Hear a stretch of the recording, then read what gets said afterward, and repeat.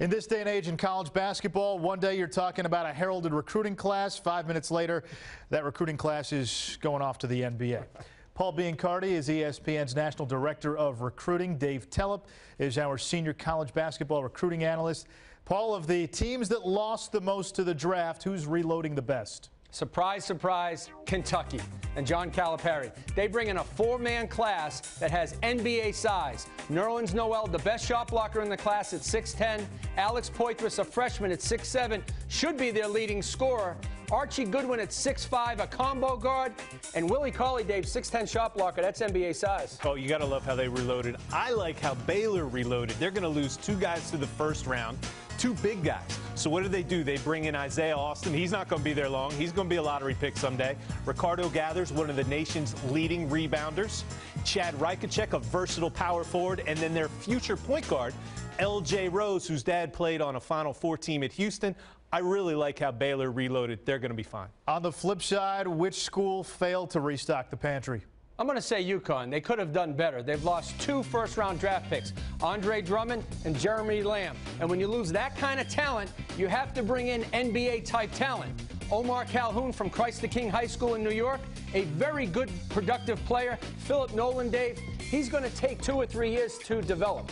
I'm going to go, Paul, with North Carolina, and this requires an explanation because they have a top 10 recruiting class, but they have what we would call a foundation class. Marcus Page will come in and steady the ship at point guard, but they're losing 4 guys who are going to be drafted amongst the top 20 players in this draft. They're not replacing them necessarily with picks who are going to go 1 through 20. They're replacing them with good players. It's going to take a little bit of time. There's a gap there. All right, give me a guy who you see coming back to college and improving his stock for next year's draft. I'm talking about North Carolina. I'm going to go with James Michael McAdoo. He'd be a lottery pick this year if he came out. Has the size, the skills, the versatility. He can score the ball inside and outside. He's very smooth and under control.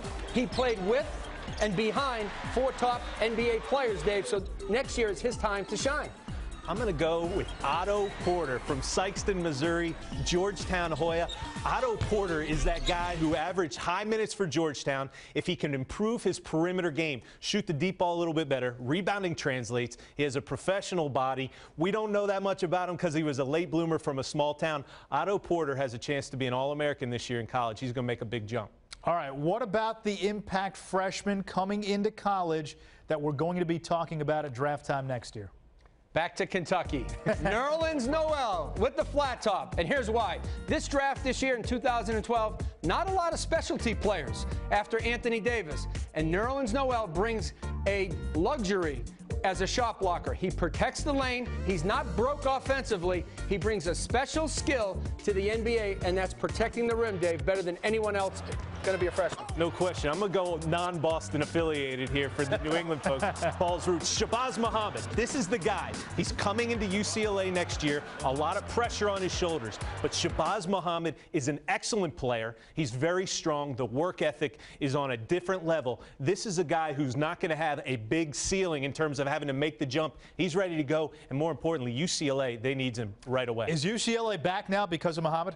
They're back in the sense that the window is open. They have an opportunity to take that next step, certainly improve upon where they were last year. They have a #1 recruiting class coming in. Back is Final Fours, back is conference championships. And Arizona, Washington, they're going to have a little bit to say about that. Meanwhile, over in Lexington, we go from the unibrow to now the flat top.